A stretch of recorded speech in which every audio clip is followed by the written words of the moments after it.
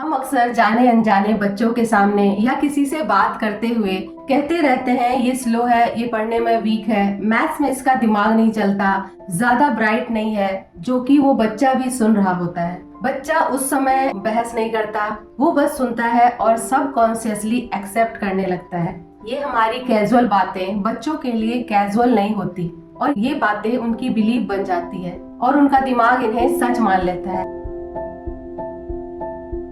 हाय, मैं हूँ counselling psychologist Aradhana Mishra और आज हम बात करने जा रहे हैं कि कैसे बचपन से ही बच्चों में कंफर्मेशन बायस डेवलप होता है जो उन्हें मैक्सिमम पोटेंशियल रीच करने नहीं देता। बचपन से ही बच्चे माँ बाप पे डिपेंड होते हैं सोशल क्लूज के लिए कि क्या सही है क्या गलत है, कहाँ हंसना है कहाँ रोना है, कहाँ डेंजर है, पॉजिटिव नेगेटिव सर्कमस्टांसेस। वो ये सब सोशल क्लूज अपने पेरेंट्स से लेते हैं और जब वही पेरेंट्स उनके बारे में ऐसी बातें करें तो बात उनके लिए फैक्ट बन जाती है। यहीं से हमारे दिमाग का एक बहुत गहरा साइकोलॉजिकल पैटर्न शुरू होता है। अगर बचपन में किसी बच्चे को बार बार कहा गया हो कि तुमसे मैथ्स नहीं होता, तो धीरे धीरे उसका ब्रेन ये मान लेता है कि नंबर से डरना है। उस बिलीफ को सच साबित करने का काम उसका खुद का दिमाग करने लगता है। कभी एक भी सम्स गलत होता है तो उसका माइंड तुरंत बोलता है, देखा मैं सही था, मैथ्स मेरे बस की नहीं है। लेकिन जब 5 सम सही हो जाते हैं तो ब्रेन उन्हें क्वाइटली इग्नोर कर देता है। बेसिकली आपका माइंड बायस्ड होता है ताकि वो आपकी पहले से बनी बिलीफ यानी मैथ्स में वीकनेस को प्रूव कर सके। Me as both psychologist and teacher ये ऑब्जर्व किया है कि कई सारे बच्चे इन्हीं कंफर्मेशन बायस की वजह से एक्चुअल पोटेंशियल कभी रीच ही नहीं कर पाते। पेरेंट्स और टीचर की कांस्टेंट डिमोटिवेशन और डिमोरलाइजेशन की वजह से उनका बिलीफ इतना स्ट्रांग हो जाता है कि वो मानने लगते हैं कि मैं पढ़ने में कमजोर हूँ, मुझसे नहीं हो पाएगा, और इसके कारण वो एफर्ट डालना भी बंद कर देते हैं, submitting themselves to failure. Psychology में इसे कहते हैं कंफर्मेशन बायस। कंफर्मेशन बायस का मतलब है हम वही इंफॉर्मेशन नोटिस करते हैं जो हमारी पहले से बनी बिलीफ को सही साबित करे। जैसे अगर आपका ऐसा मानना है कि लोग सेल्फिश होते हैं तो आपको हर किसी में सेल्फिश पर्सन ही दिखाई देगा, नो मैटर व्हाट।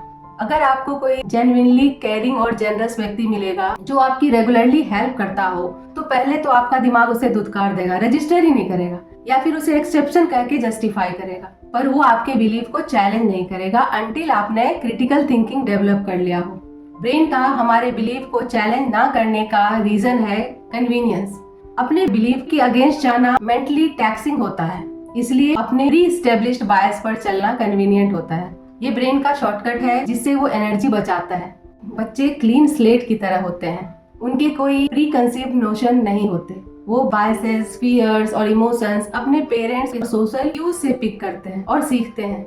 मैं आपको एक क्लोज वन का एग्जांपल से समझाती हूँ। एक बच्चा जब छोटा था तब वो डॉग से नहीं डरता था, पर उसकी मदर को डॉग का फियर था। जब उसने ये नोटिस किया तब वो भी डॉग से डरने लगा क्योंकि ये एक लर्न्ड बिहेवियर है। और जब उस बच्चे ने अपनी मदर की सोशल क्यूज पिक किया तो उसने पाया कि dog is equal to fear, hence danger. लेकिन बड़े होकर यही बायसेस और इमोशंस जो उन्होंने बचपन से ही डेवलप किया है वो और सॉलिडिफाई होते हैं और उनकी साइकी को शेप देते हैं। इसलिए किसी भी बायस या मेंटल हेल्थ का कारण पास्ट में ही होता है। अगर कोई बचपन से ही नेगेटिव और पेसिमिस्टिक फैमिली से आता है तो उसकी पर्सनैलिटी भी पेसिमिस्टिक और अंडर कॉन्फिडेंट हो जाती है। और सिमिलरली अगर कोई बचपन से ही पॉजिटिव और ऑप्टिमिस्टिक फैमिली से आता है तो उसकी पर्सनैलिटी भी ऑप्टिमिस्टिक और कॉन्फिडेंट हो जाती है। इसे सिर्फ एक्सट्रीम लेंस से देखना भी ठीक नहीं है। पॉजिटिव एनवायरनमेंट में upbringing can lead to an over pampered और over confident kid. Negative environment में upbringing can lead to an resilient और humble kid. All depend on extent.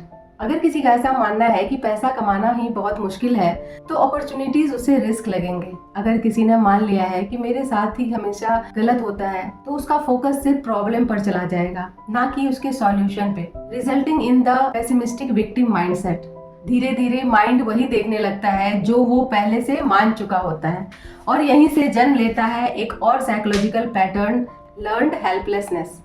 जब कोई इंसान बार बार कोशिश करता है और बार बार असफल होता है तो उसका माइंड लर्न कर लेता है कि कोशिश करने से कुछ नहीं बदलेगा। फिर चाहे सिचुएशन भी बदल जाए वो इंसान एक्शन नहीं ले पाता। कई लोग इसे बैड लक या डेस्टिनी समझ लेते हैं, लेकिन असल में ये एक ट्रेंड मेंटल रिस्पॉन्स होता है। अच्छी बात यह है कि जो सीखा गया है उसे अनलर्न भी किया जा सकता है। बचपन की फियर्स, सेल्फ डाउट और बिलीफ्स जो डेवलप हुए हैं वो भी चेंज हो सकते हैं। बस अपने थॉट्स को फैक्ट्स मानना बंद करें, क्रिटिकल थिंकिंग डेवलप करें और दूसरे पर्सपेक्टिव से सोचें और अपने पहले से बने बिलीफ को चैलेंज करना सीखें। माय एडवाइस फॉर पेरेंट्स, बच्चों को कभी लेबल मत दीजिए, जैसे वीक है, स्लो है या आलसी है। कभी उन्हें डीमोटिवेट या डिमोरलाइज ना करें। करेक्शन दीजिए, गाइडेंस दीजिए, पर कभी उसकी आइडेंटिटी डिसाइड मत कीजिए। कभी क्रिटिसाइज भी करना हो तो पॉजिटिव क्रिटिसिज्म दीजिए। जैसे ये बोलने के बजाय कि तुम लेजी हो, आप बोल सकते हैं कि आज तुमने एफर्ट कम लगाया, चलो 20 मिनट फोकस करते हैं। तुमसे मैथ नहीं होता की जगह अभी ये टॉपिक टफ लग रहा है, स्टेप बाय स्टेप समझने से हो जाएगा। तारीफ एफर्ट की कीजिए, सिर्फ रिजल्ट की नहीं।